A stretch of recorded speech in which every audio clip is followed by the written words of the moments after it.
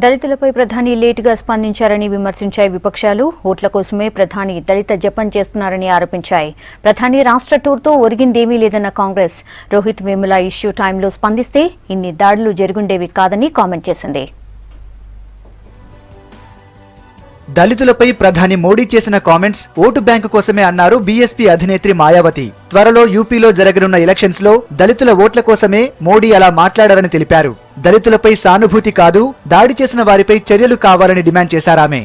तो पूरे देश के जो दलित पीड़ित लोग हैं, जो दुखी लोग हैं, पीड़ित लोग हैं, तो दलितों को अपने उत्पीड़न के मामले में तो केंद्र की सरकार से, बीजेपी से और खासकर प्रधानमंत्री श्री नरेंद्र मोदी से इस मामले में इनको सहानुभूति नहीं चाहिए, बल्कि इनको जिन लोगों ने इनके साथ जुर्म जाति की है उनके खिलाफ सख्त कानूनी कार्रवाई चाहिए. इनको इनकी सहानुभूति की जरूरत नहीं है, इनको सख्त कानूनी कार्रवाई, उनके खिलाफ सख्त कानूनी कार्रवाई होनी चाहिए, ये जरूरत है. ప్రధాని టూర్తో తెలంగాణకు ప్రయోజనమేమీ లేదన్నారు కాంగ్రెస్ నేతలు. దళితులపై జరిగిన దాడులపై ప్రధాని ఆలస్యంగా స్పందించారన్నారు. రోహిత్ వేముల చనిపోయినప్పుడే ప్రధాని స్పందించి ఉంటే దళితులపై ఇన్ని దాడులు జరిగి ఉండేవి కావన్నారు. బీజేపీ తరఫు నుంచి వాళ్ళ ప్రధానమంత్రి వచ్చినప్పుడు కూడా దళితులపై అనుచిత వ్యాఖ్యలు చేసిన బీజేపీ ఎమ్మెల్యేని ఎందుకు సస్పెండ్ చేయాలని చెప్పి అడుగుతున్నాం.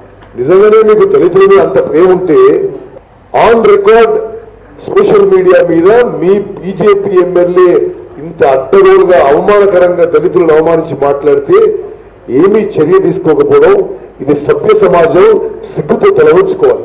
విపక్షాలకు బీజేపీ నేతలు కౌంటర్ ఇచ్చారు. ప్రధాని మాటల మనిషి కాదు, చేతల మనిషి అన్నారు. అన్ని వర్గాల సంక్షేమం కోసం మోడీ కృషి చేస్తున్నట్టు చెప్పారు. కేంద్ర ప్రభుత్వం, నరేంద్ర మోడీ ప్రభుత్వం ఏదైతే రాష్ట్రాల పట్ల సహకార సమాఖ్య స్ఫూర్తితో ఆయా రాష్ట్రాల అభివృద్ధికి ఏ రకంగా దోహదపడుతున్నారో, నిన్నటి పర్యటన ప్రధానమంత్రి 17,000 కోట్లపై చిలుకు ప్రారంభోత్సవాలు మొదటి పర్యటనలోనే ఇంత భారీ ఎత్తున ఈ అభివృద్ధి కార్యక్రమాలకు పూనుకున్న దానికి వారు చూపిస్తున్నటువంటి తెలంగాణ పట్ల ఉన్నటువంటి చిత్తశుద్ధికి ఇది తార్కాణంగా నేను భావిస్తూ, దళితులపై ప్రధాని చేసిన కామెంట్లపై పార్టీల మధ్య డైలాగ్ వార్ కంటిన్యూ అవుతోంది.